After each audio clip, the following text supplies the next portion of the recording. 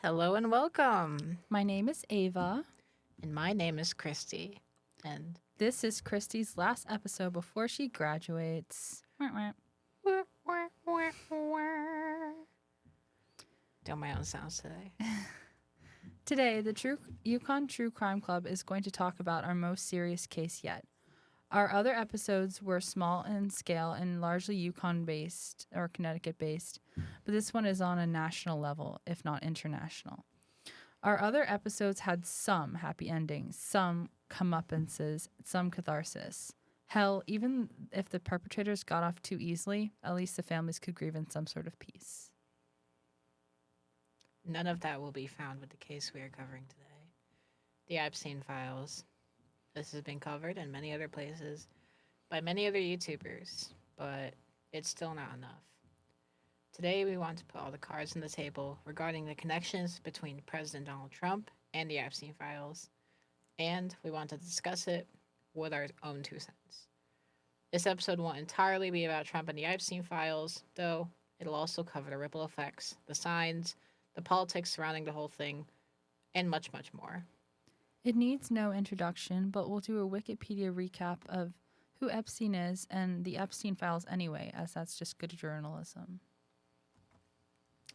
Content warning for pedophilia, murder, sexual assault and harassment, and bigotry. Jeffrey Epstein, born January 20th, 1953, passed August 10th, 2019, was an American financier and child sex offender. He began his career as a math teacher at the Dalton School before entering the banking and finance sector. Over several decades, he made much of his fortune providing tax and estate services to billionaires and cultivated an elite social circle of prominent individuals. In 2008, he was convicted of soliciting a minor for prostitution and served 13 months in jail with work release, and was indicted in 2019 for sex trafficking minors in the 2000s. He died in custody awaiting his trial. His death was ruled as suicide. I want to go over the first criminal case of his because it really highlights the start of Epstein's severe crimes going unpunished due to his wealth, his influence, and the fear surrounding him. It also highlights how this shit was first caught in 2004 and took 15 years to properly prosecute. The first criminal case, 2005 to 2011. Initial developments, 2005 to 2006. In November 2004, police in Palm Beach, Florida, received a tip that young women were coming and going from Epstein's home. Epstein donated $90,000 to the police department on December 14th, which followed a previous donation in 2001 or 2002 to the Palm Beach Police Scholarship Fund, which pays scholarships for police officers' children.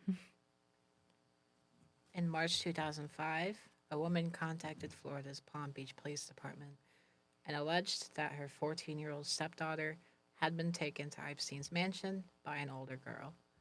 While there, she was allegedly paid $300 to strip to her underwear and massage Epstein. Palm Beach police then opened a 13-month investigation, 2005 to 2006, in which they monitored Epstein's home and began finding potential victims. Police identified approximately 35 girls under the age of consent who had similar stories of sexual massages in return for payment. Some of the girls said that Epstein would pay them $200 for every additional girl he could bring to massage him.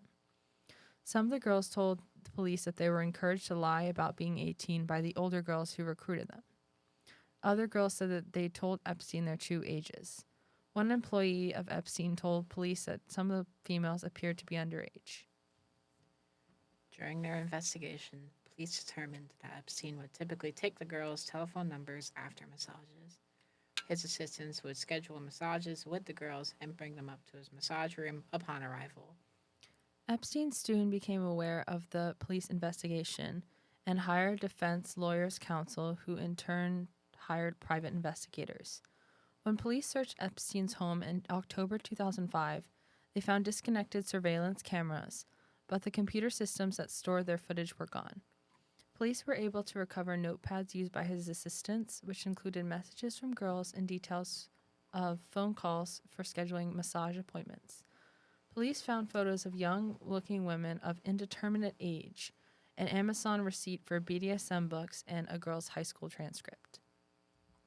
Palm Beach Police Department brought the case to Florida State Attorney Barry Krischer. Krischer says he was enthusiastic about pursuing the case. However, both prosecutors and the police held concerns about witnesses and victims.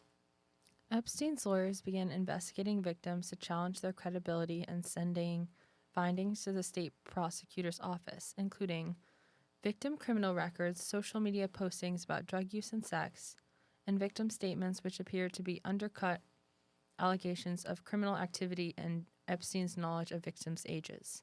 State prosecutors were also concerned because their office had previously prosecuted 14-year-olds for prosecution.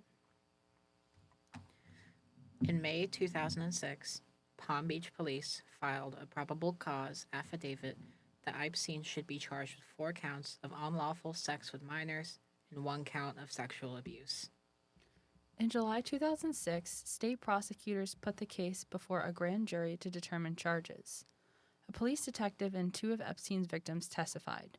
The 14-year-old, now 15, said that she had told Epstein she was 18 years old and massaged Epstein for $200 and that he used a vibrator on her for an extra $100. Her social media posts about shoplifting were questioned. The second victim that Epstein was aware of said that she was 16 and that the sexual activity increased gradually before Epstein initiated intercourse with her the day before her 18th birthday. The grand jury returned a single state charge of felony solicitation of prostitution. Epstein was arrested on July 23, 2006, and pleaded not guilty to solicitation of a prostitute. He was released from Palm Beach County Jail on bond. Palm Beach police were outraged that the grand jury returned only state charges of prostitution. Police Chief Michael Ryder believed that, given the volume of girls involved, Epstein should face charges for sex offenses involving minors and charges of sex trafficking, a more serious federal offense. Ryder accused the state prosecutor, Barry Krischer, of being too lenient and escalated the case to federal agents at the FBI office in Miami. The FBI began an investigation into potential federal sex trafficking and interstate crimes. In July 2006, the FBI began its own investigation of Epstein. They conducted interviews with 34 minors whose allegations included corroborating details and identified additional victims. The victims were reluctant to testify or afraid of embarrassment. Apprehensive of their ability to get a full conviction, federal prosecutors negotiated a plea deal under which Epstein would be convicted for soliciting a minor for prostitution, solicitation of a prostitute, and was required to register as a lifetime sex offender and serve 18 months.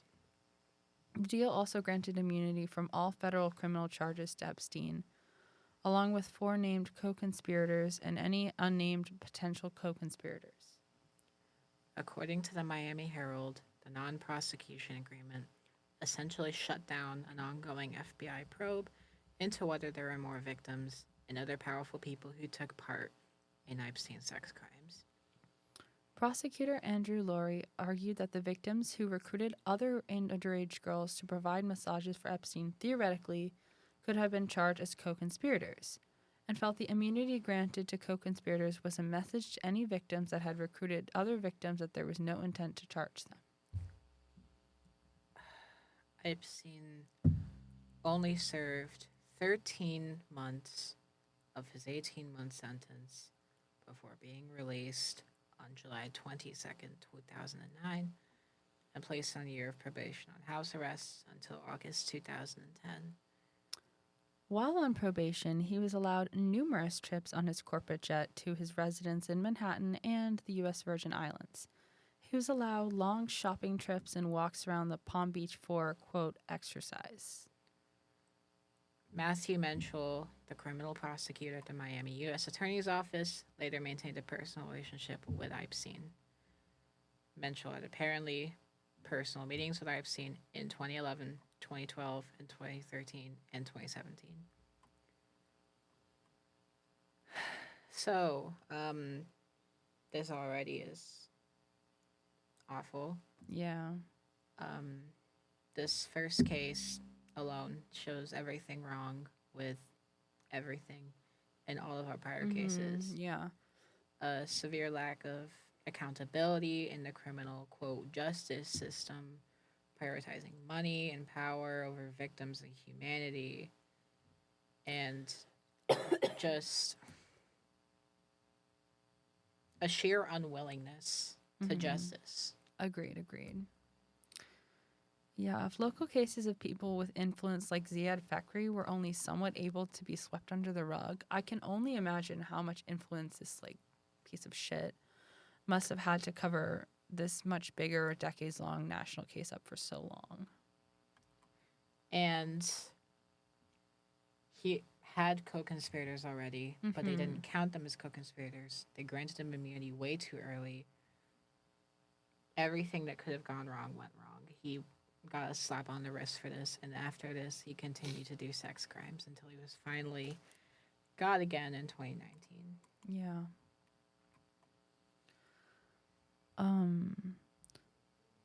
Yeah. People are getting like a lot of jail time for like weed or like something like that. It's really crazy that how our justice system prioritizes things. Like, obviously, the official story said they didn't have enough to get a big conviction. The witnesses were afraid to testify. The prosecutor was bought, etc. But let's be real. If someone in power wanted to pull the strings to get it done, they'd have gotten it done. The FBI had plenty of files already at the time on the guy that definitely had enough in them. And the bribes could have gone towards getting him convicted instead of getting him off. It is fucking outrageous that pedophilia gets a slap on the wrist, let alone for 35 confirmed victims already. Ugh. And that's only his first lesser known case. And then we have the case that finally did him in 15 years later. His second set of criminal charges in 2019 includes sex trafficking charges, finally. On July 6, 2019, Epstein was arrested when he returned to the U.S. from France by the FBI NYPD Crimes Against Children Task Force at Teterboro Airport in New Jersey on charges of sex trafficking during the years 2002 to 2005. Investigators seized Epstein's devices at his homes in New York, Florida, and the U.S. Virgin Islands. They found CDs, photographs, and a videotape containing nude images of females, most of whom were minors. He also had child sexual abuse material, not produced by him, and a fake passport from 1987, stamped many times for Europe and Saudi Arabia. Epstein was denied bond. On August 29, 2019, 19 days after Epstein was found dead in his jail cell, the case against Epstein was closed by Judge Berman. Prosecutors stated they would continue an investigation for potential co-conspirators. When he was placed in the special housing unit, the jail informed the Justice Department that he would have a cellmate and that a guard would look into the cell every 30 minutes. These procedures were not followed on the night of his death. On August 9th, 2019, Epstein's cellmate was transferred out, but no one took his place. Later in the evening, contrary to the jail's normal procedure, Epstein was not checked every 30 minutes. The two guards assigned to check his unit that night fell asleep and did not check on him for 3 hours. The guards falsified related records. The two cameras in front of Epstein's cell were claimed to have, quote, malfunctioned that night. Epstein was found dead in his cell at 6:30 a.m. on August 10, 2019. Emergency responders were called and he was taken to a hospital. On August 10th, the Bureau of Prisons and U.S. Attorney General William Barr called the death an apparent suicide, although no final determination had been made. The U.S. Department of Justice's Inspector General's investigation report released in 2023 criticized jail officials for repeated negligence, misconduct, and outright job performance failures. It denied the suggestion that what happened was anything other than a suicide. In May 2025, the FBI Deputy Director Dan Bongino stated that the surveillance footage from the night of Epstein's death shows Epstein alone in a cell with no evidence of outside involvement, reaffirming the official ruling of suicide. This statement will later be questioned, but for now, the autopsy revealed he had broken neck bones. The medical examiner ruled it a death by hanging, stating he also jumped off the top bunk in other attempts to explain abnormal neck bone injuries. Epstein's defense lawyers argued the neck bones were far more consistent with murder by strangulation. I might be missing something, but what rope / what did he hang himself with in the official story? Like he was in a jail cell? Yeah, I didn't see anything. Yeah. If any viewers know anything about that, I just thought it was I think Yeah, feel free to comment down below. yeah, I think it's just a worth enough detail to think about. Also, uh, I have my trust issues when it comes to the FBI and U.S. Department of Justice. They have essentially given a statement of events that would later go on to be disproven, and that has become called into question by the general public at a very large scale. Epstein didn't kill himself became a massive meme at the time, and for good reason. This is already very suspicious, but given further details that we're gonna have later, yeah, it's no wonder that people are upset and obviously conspiratorial about this. Now we finally get to the modern year. The current president of the United States, Donald J. Trump himself, has a very long and consistent history of over 28 sexual abuse allegations and public sexual harassment. He has also found himself at the center of public discussion surrounding the Epstein files. Before we continue, let's make it clear what the Epstein files and Trump's situation is exactly. The Epstein files are a partially released collection of millions of documents, images, videos, and emails detailing the activities of American financier and convicted child sex offender Jeffrey Epstein, including a social circle of public figures, politicians, and celebrities. The files include documents collected as evidence in the criminal case against Epstein and his associates, stored as over 300 gigabytes of data, alongside other media, in the FBI's Sentinel case management system. They include Epstein's contact book, flight logs of his planes, and court documents. We will have a link down below on the justice.government website where you can view all these files for yourself and search particular keywords to get specific evidence of things you're looking into. In November 2025, the U.S. House of Representatives passed the Epstein Files Transparency Act, and the U.S. Senate unanimously approved it, with President Donald Trump signing the bill into law the next day. The following month, the U.S. Department of Justice released a relatively small number of files. In January 2026, an additional 3 million pages were released, including 2,000 videos and 180,000 images.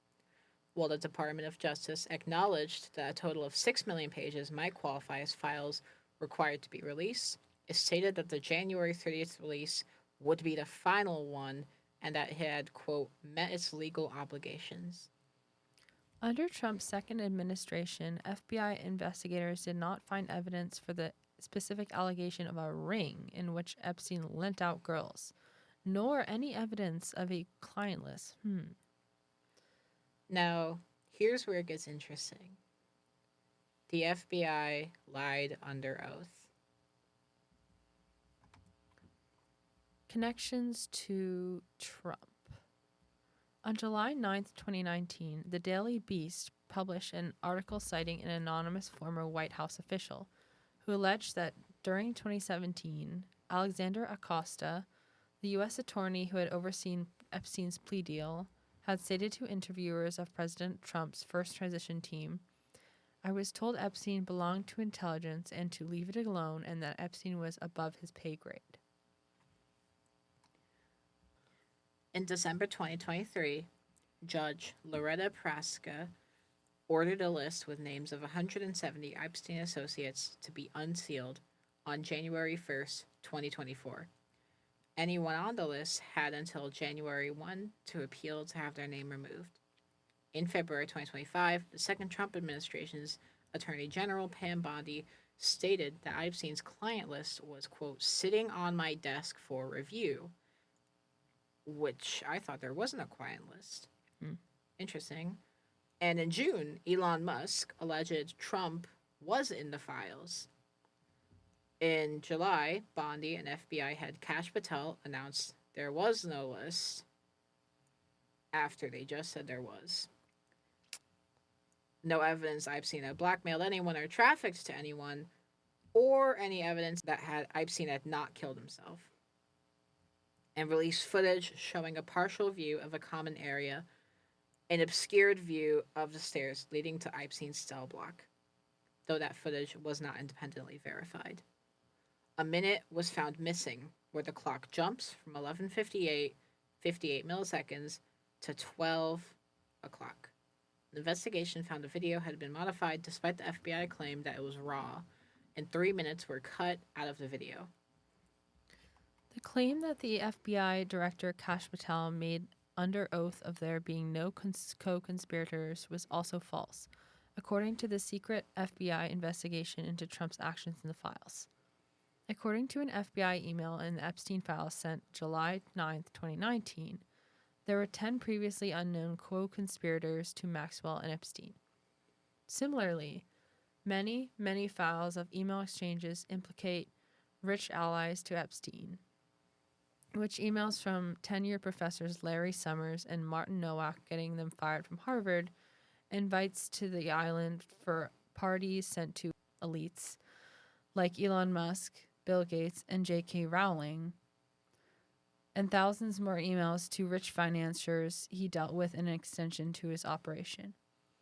This all obviously points to him trafficking to rich clients. I mean, his wealth was already surrounded in mystery to the public, and this is the obvious explanation. But the FBI won't even entertain how obvious this looks to anyone else with a brain. Just say no, don't ask questions, I guess.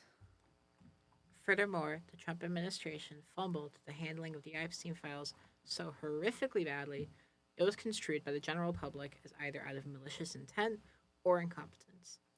A lot of the perpetrators' names are redacted. Some photos are redacted that are actual public photos. Many of the files, especially in the first release, were deliberately misleading about political opponents like Bill Clinton, who, for the record, I believe is most likely also a pedophile. Yeah. But the fact that it was such a large focus on him specifically and nothing on Trump or anyone in Trump's cabinet during the first release is blatant manipulation of evidence, especially considering where we got evidence of them in the second release. Faulty redaction techniques in the December 2025 release allowed members of the public to recover blacked out content, revealing information that officials had intended to withhold from public viewing. Social media users discovered that blacked out text and certain documents could be revealed by copying and pasting it into another application. Among the recovered content was an unverified FBI tip alleging that Trump had witnessed the killing and disposal of an infant born to a 13-year-old trafficking victim. We will get to this after we finish the segment. The January 2026 release drew further criticism over redaction failures. The Justice Department published dozens of unredacted nude images showing young women or possibly teenagers with their faces visible. The images were largely removed after the New York Times began notifying the department. Attorneys for survivors said that the names of victims who had never been publicly linked to the Epstein appeared unredacted in the files. A Wall Street Journal review found that at least 43 victims' full names were exposed, including more than 24 who were minors when they were abused. Some names appeared over 100 times, and home addresses were visible in keyword searches. On February 1st, 2026, attorneys representing more than 200 alleged victims asked federal judges Richard Berman and Paul Engelmayer to order the immediate takedown of the Justice Department's Epstein Files website, calling the release the single most egregious violation of victim privacy in one day in United States history. Deputy Attorney General Todd Blanche defended the apartment's procedures, saying redaction errors affected, quote, about 0.001% of all materials, and that the department moved quickly to fix mistakes when notified. Now we move into Trump's previous allegations, misconduct, and convictions. In June 2019, writer E. Jean Carroll alleged in New York Magazine that Trump raped her in a department store dressing room in 1995 or 1996. Two friends of Carroll stated that Carroll had previously confided in them about the incident. In November 2019, Carroll filed a defamation lawsuit against Trump. Trump called the allegation fiction and denied ever meeting Carroll, despite a photo showing them together at a party in 1987 being published by the magazine. In November 2022, Carroll sued Trump for battery under the Adult Survivors Act. On May 9th, 2023, a New York jury in a civil case found Trump liable for sexual abuse and defamation against Carroll, but found him not liable for rape. They awarded Carroll $5 million in damages. In July 2023, Judge Kaplan stated that the jury had found that Trump had raped Carroll according to the common definition of the word, as they had ruled that Trump had forcibly and non consensually penetrated Carroll's vagina with his fingers. New York state law at the time defined rape as solely non consensual penetration of the vagina by a penis.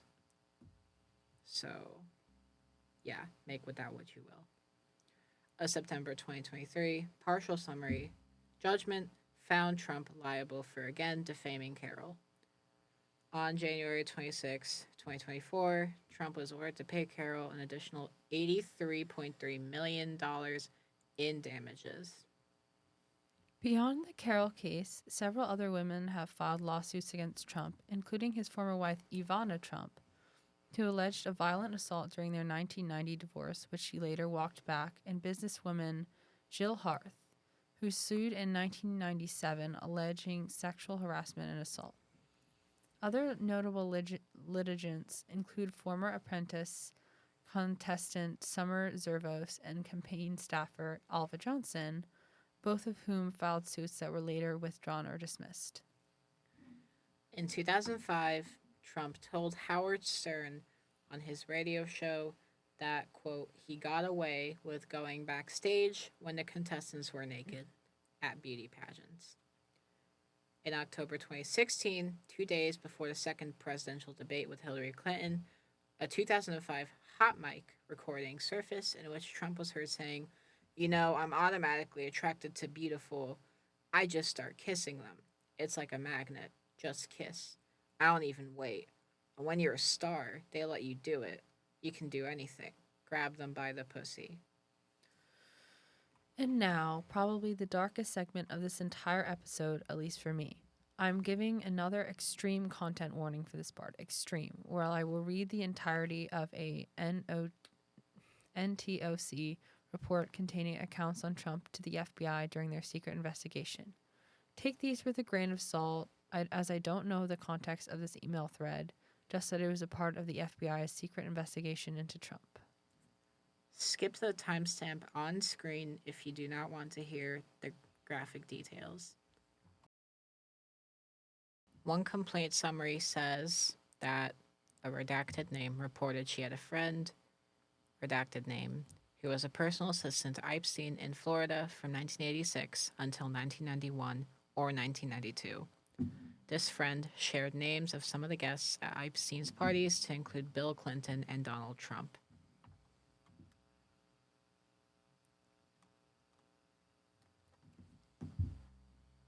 Another complaint states at age 16, while modeling, caller attended 8 parties at Epstein's New York residence. On one occasion, the caller reported she was sexually assaulted by Epstein. On another occasion, 2 twin brothers, Alan and Orrin, lured caller and her friend upstairs, but they escaped back downstairs. Caller stated Orrin raped her best friend, and a third brother, Tal, raped a 14-year-old girl named Redacted. Caller named other individuals in, quote, big orgy parties with her other young girls, and older Victoria's Secret models, including Bill Clinton and Donald Trump.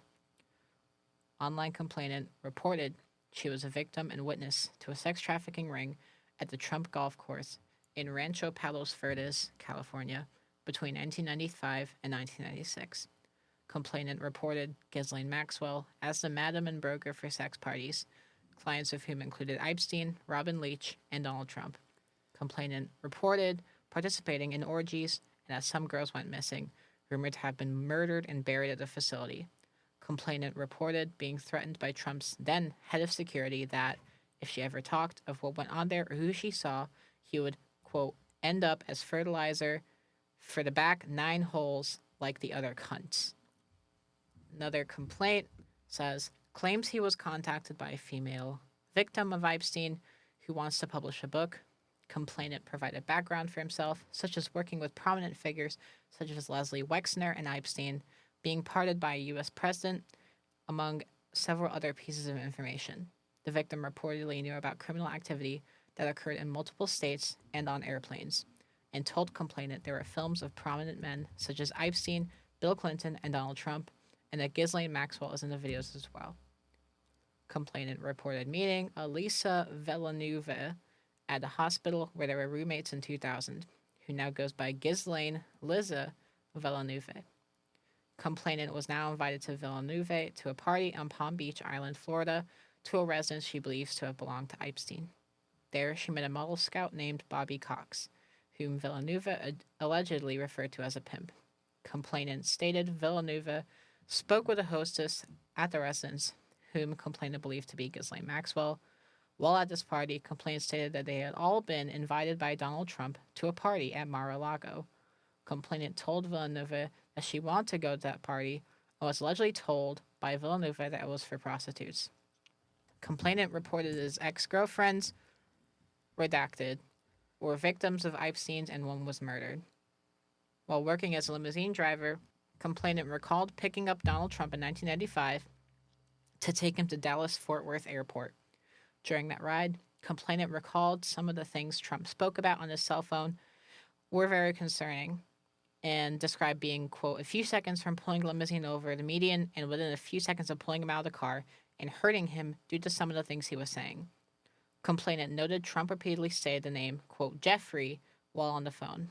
One of the complainant's ex-girlfriends, redacted, told complainant Trump raped her, as did Epstein. In another box, complainant reported her neighbor sought modeling gigs at the Trump Modeling Agency in New York City between the years of 1998 and 2000. Complainant reported neighbor allegedly went on cruises set up by a recruiter or head of the agency and once showed complainant a photo of the recruiter, whom complainant recalled looking like Epstein. Complainant reported neighbor was allegedly raped several times during this time period. Caller provided information to reference prior civil case from 13 years ago that involved Trump and mentioned Jeffrey Epstein with a minor. Another box states, complainant following up after a call with NYPD officer regarding her previous tip, reporting that she was forced to perform sex acts when she was 13 years old and pregnant in 1984. Complainant also reported there were high-profile individuals involved in her sex trafficking and the murder and disposal of her newborn daughter. Complainant reported Donald Trump participated regularly in paying money to force her to perform sex acts with him and alleged Trump was present when her uncle murdered her newborn child. In another box, it says, caller was taken by boat to Epstein's Island. Caller said it was complicated and involved Jeffrey Epstein and Ghislaine Maxwell. Caller became a school counselor and had a meeting with the school principal, Linda Kitts, and a police officer where the caller was informed there were pictures of herself with Epstein. Caller reported the school was mad at her for not being a Trump person and that the school wanted her to testify and say things against Andrew Cuomo. The FBI and Donald Trump were on the phone during the meeting. Caller believes the FBI has baby pictures of her with Epstein. Another box, it says, caller reported that in 1987, a friend, victim 1, was out drinking and ended up at Trump Plaza. Victim 1 saw Donald Trump and wanted to meet him. An unknown man approached her and offered to introduce her to Trump. an unknown man gave victim 1 a drink, and victim 1 woke up naked and sore with $300 on the bed. Victim 1 didn't remember how she got to the room. She remembers seeing a flash of Trump's face. Victim 1 called the caller and told her she thought she had been raped. Victim 1 did not go to a hospital to have a rape kit performed because she did not think anyone would believe her, especially because she was drunk. Victim 1 husband's business had problems with suppliers, and Victim 1 believed Trump was behind it. Victim 1 also started dating a lawyer, identifiers unknown, who was married. Victim 1 had a fight with her lawyer boyfriend and went to a bar. Victim 1 left a bar with a man who no one in the bar recognized, but who seemed familiar with Victim 1. Victim 1 was never seen again. A few years ago, remains were discovered that matched the description of what Victim 1 was wearing when she went missing. DNA tests at the time were inconclusive. Another box states, in 2004-2005, Sir Ivan Wilzig hosted a party where Jeffrey Epstein, Sammy Sosa, and Donald Trump were in attendance. Patti LaBelle's PR agent stood at the door. At the party, caller met an individual who was approximately 18 to 23 years of age, who was brought from Oklahoma for a modeling job, but then sold to a man in France. Several women were being auctioned, and a woman possibly known as Colette LNU was the madam. A couple of years later, caller saw Colette at the Cheetah Club in New York, and she told one of redacted friends that Jamie Foxx was interested in spending a night with her and that he could pay her a lot of money. In another box, it says Donald Trump, the president, had parties at Mar-a-Lago called Calendar Girls. Jeffrey Epstein would bring the children in, and Trump would auction them off. He measured the children's vulva and vaginas by entering a finger and rated the children on tightness. The guests were elder men and included Elon Musk, Donald Trump Jr., Ivanka Trump, and Eric Trump were there. Attorney Alan Dershowitz was also there with attorney Bob Shapiro. We were taken in rooms, forced to give oral sex to Donald J. Trump, forced to allow them to penetrate us.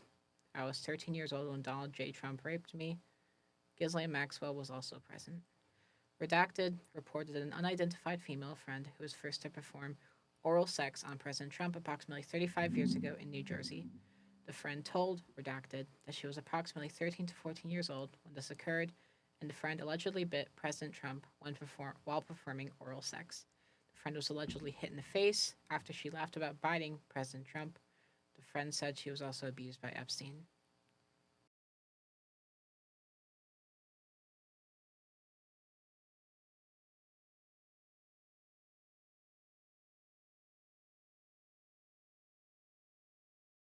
Combine the Trump administration and FBI's handling of the files with Trump's 28 prior sexual assault/misconduct allegations and convictions, and this paints a very bleak picture. The writing is on the wall. He covered up things that indicted him, used his power and influence to shun accusers, and has been getting away with it openly for decades. We only know an incomplete and unverified picture because of the sheer power and money covering this all up, but it doesn't matter. What we do know is enough. So, I want to do a final discussion real quick before I get to a little piece I wrote at the end for Trump supporters. First, I want to start with the whole admin lied. Yeah, everything's a lie. We have demonstrable proof of them lying about so many things under oath in relation to this, and nothing has happened. And to me, how are we supposed to trust anything they say Literally. when every single thing they've lied about is completely contrary to the actual evidence? What scares me the most is if this is what we know, if this is what they've allowed us to know, what do we not know? You know what I mean? Because they said there was up to 6 million possibly eligible for release files. Yeah. And Imagine what wasn't even documented, though. I don't want to. I also, the other day, saw a news story about the FBI director Kash Patel. Mm-hmm. This wasn't I didn't have time to put this in script, but Yeah. about the FBI director Kash Patel deleting 2 terabytes of evidence related to Jeffrey Epstein. Oh my God. Um, Again, I haven't looked into it. Do your own research about that specifically. But just if that is true, then yeah, they're just covering it up even more than they already have. Still. Oh my God. Yeah. This system is at the highest level possible failed. Or you could say that they lead the example. This is like how the system is supposed to work. Like, oh my God, I can't even. It's too much.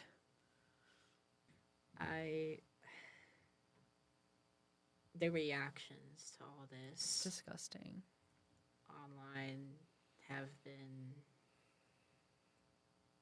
so much. I've seen memes about Jeffrey Epstein to sort of, in an effort to keep it alive, to make it so it's not swept under the rug. I've seen all sorts of backlash from Trump supporters. The files implicate him. The allegations were always there. We always knew. Oh. And this is, at least for me and many others, at least the final nail in the coffin. But one thing that particularly bothered me was I heard like genuine people making legal defenses for Trump, being that he should be granted immunity, presidential immunity, for being a pedophile until he carries out his full presidency. I'm sorry, am I living in a fucking bizarro universe? I thought immunity was supposed to be so the president doesn't get shit for committing war crimes in office because he was, quote, defending the country or something. How in the retroactive, historical fuck are you supposed to defend a country with pedophilia? Why are you getting immunity for crimes that are not only out of office, but for pedophilia, which has zero angles of justification ever? It's just. I'm sorry, that in particular got me. Yeah, no need to apologize. I feel the same way.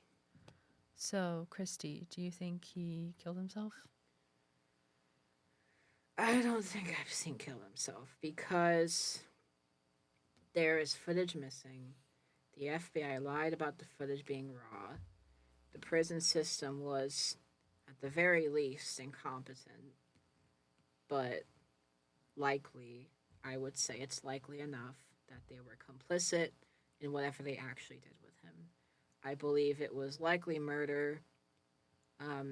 If he's still alive, though, they must have gotten a body double. But that's a lot more of a conspiracy theory than they just murdered him. It's too complicated, right, for me right now too. Yeah, that's a lot more of a conspiracy than they just murdered him.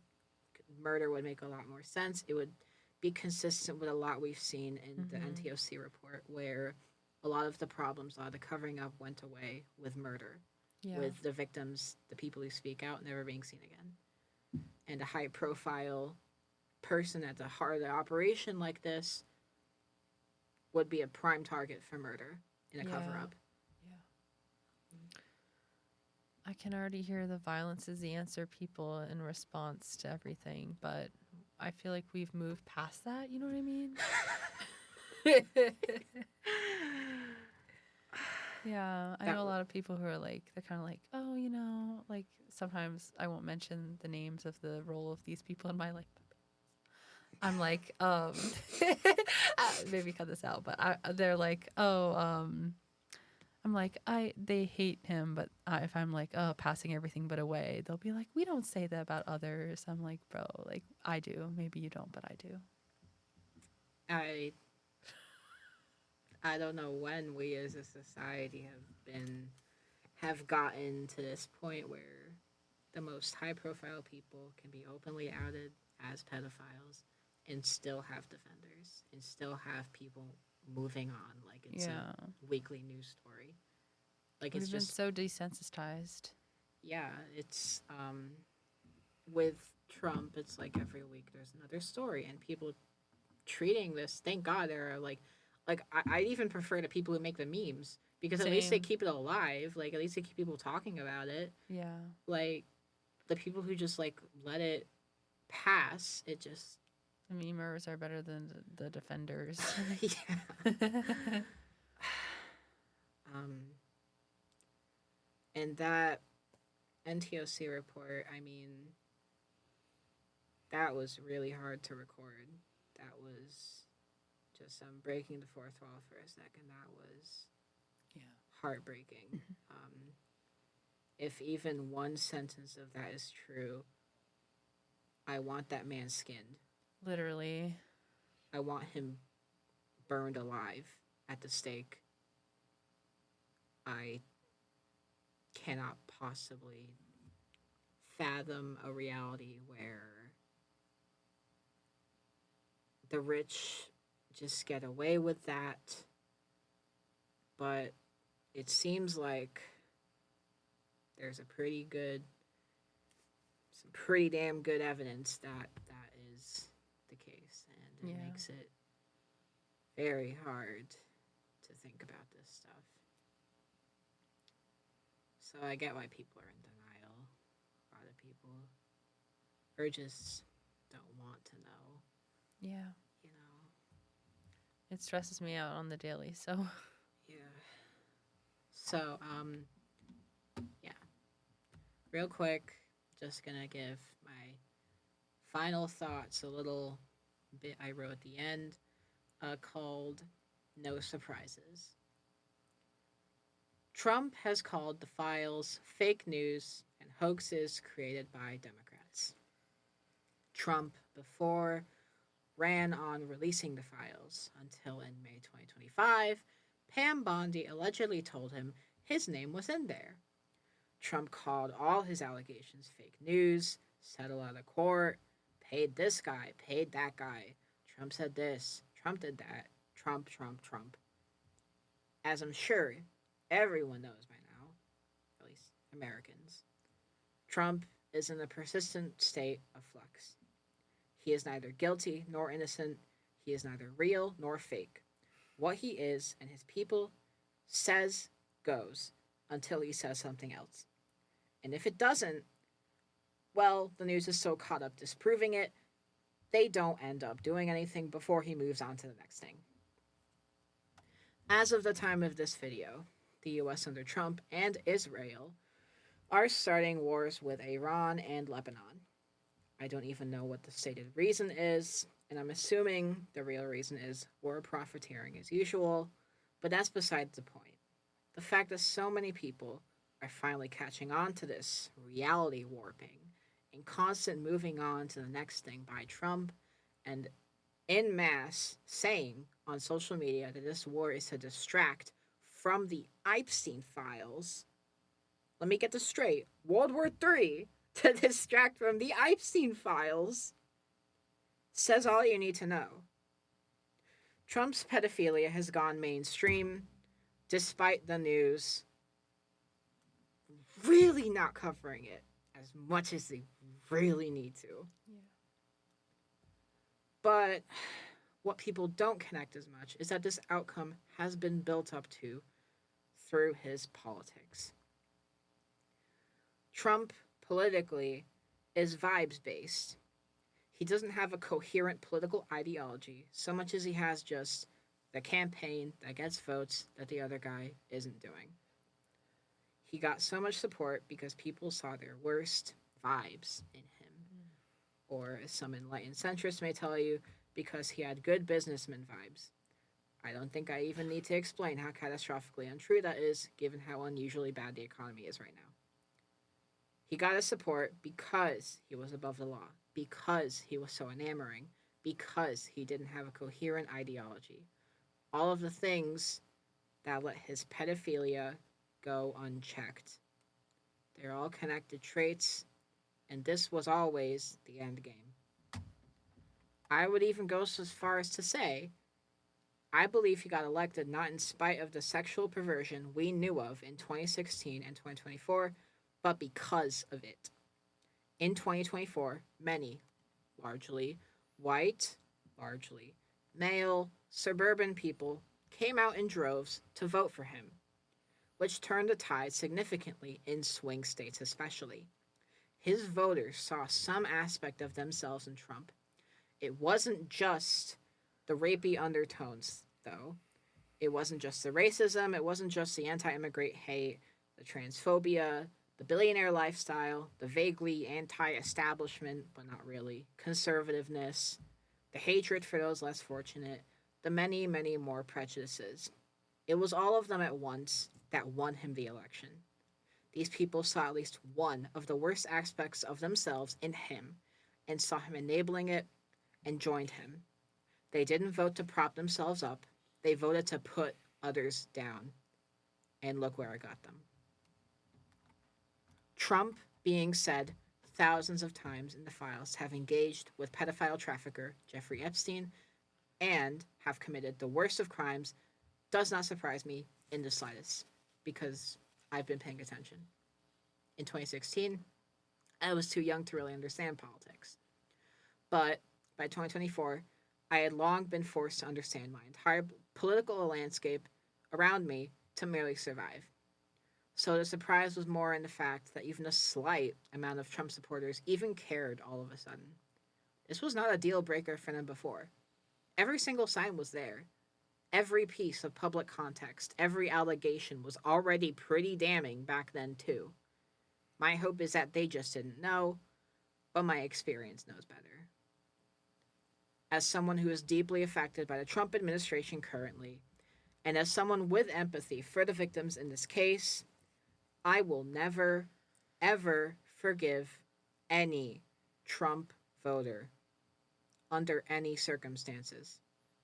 This wasn't just obvious to any true crime aficionado who knows the signs of abusive behavior, or to any history buff who knows the signs of oncoming fascism, or to any anti capitalist who knows the exploitation these rich people must perpetuate to exist. This was obvious to anyone not tempted by pure hatred. Former Trump supporters need to look deep within themselves to see how their behavior results in this as an endgame. If you are a former Trump supporter looking for forgiveness, now that the writing is so undeniably on the wall, you'd have to be blind, deaf, and dumb to not understand it. You won't get it from me. But you can start by apologizing to all victims of abuse, to women, to immigrants, to trans people, and don't just end there. Help them. Share your home with the homeless. Help fund people's life saving treatments that are now gone under Trump. Speak up for those who can't in rooms full of those who espouse bigotry. Protest on the streets. Join organizations and organize community aid for your fellow man. Form more unions. Overthrow your landlords and charge affordable rent. Break Luigi Mangione out of prison. Roundhouse kick pedophiles in the nuts or cunt and report them / do everything in your power for the victims. Don't just vote blue next time or whatever weak ass non-solution. And especially, I just need to add this part specifically. It's important. If you claim to be a Christian, start asking for Christ's forgiveness now and follow in his footsteps. And I mean the actual Christ in the Bible. The Jesus that was a socialist who befriended prostitutes and poor people, who literally died for others' wrongdoings. No more megachurches, no more child abuse behind closed doors of churches, no more homophobia. Take the money and the politics out of your religion, then act like it. Because that is all how you got Trump. I don't like talking about Trump at all. Not even a little bit. I don't want to own him. I just want him gone. I want him out of power. So I try not to think about him for 4 years. But I now don't have that luxury anymore. Because he is not only doing everything in his power to harm and divide as many people as possible, he is also a pedophile and a rapist. One of the most, if not the most, prolific pedophiles of our generation. And the powers that be still aren't doing nearly enough to cover the sheer scale of his pedophilia, let alone hold him accountable for it. I literally have to talk about him because nothing else is truly getting the word out, in my eyes. I am endlessly appalled by the actions of the U.S. Department of Injustice, the FBI, and the Trump administration. We are unbelievably fucked as a country. I'm not going to lie to you. All the worst possible people are in power. But that does not mean give up. That means, as my favorite film says, get busy living or get busy dying. Bring your rage to the right people. The Republicans and the Democrats and celebrities and everyone in the files. Those covering this up, the systems that allow them to go on this long, and the people who enabled this. If the government can't function, if we Nuremberg them all, then let it collapse. I don't care what the Trump reality says. The second we as a society try to compromise on pedophilia, we've lost. Thank you, Christy. This is a little bit of unscripted stuff from me, but I was talking to Christy about this before we started filming, and I didn't write my own piece because, well, I mean, I don't know, I forgot. But also, I was a big, like, conspiracy theorist when I was, like, 12, 13, you know. And this was during, like, 2016, 2017. And it wasn't, like, a conspiracy theorist in, like, the Trump supporter way. Like, I was a conspiracy theorist in, like, the Trump hater way.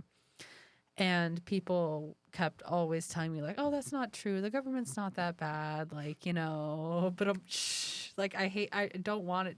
I trust me, like, I did not want to be right about anything involving this. But unfortunately, I was about a lot of things. So this year so far has felt like a literal nightmare. Yeah. It was a lot more fun when it was just, you know, green aliens and tinfoil hats. Yeah, literally. That was intense. Yeah. That was intense. But I'm glad I got it off my chest. Yeah. I'm glad I'm glad you did. spreading the word. Yeah. You know. On a lighter note, that's all we have for episode 4 of the UConn True Crime Club podcast. Yay. Again, this is Christy's last episode as she will be graduating after this releases. Woo! I couldn't think of a bigger case to end on. It's truly been a wonderful experience to work with you guys and to be part of this. One of the podcasts of all time. For real. For real. So from now on, it will just be me, Ava, and Julia as your hosts until we graduate next year. For the last time, I'm Ava. I'm Christy. Signing off on the UConn True Crime Club podcast. Yay!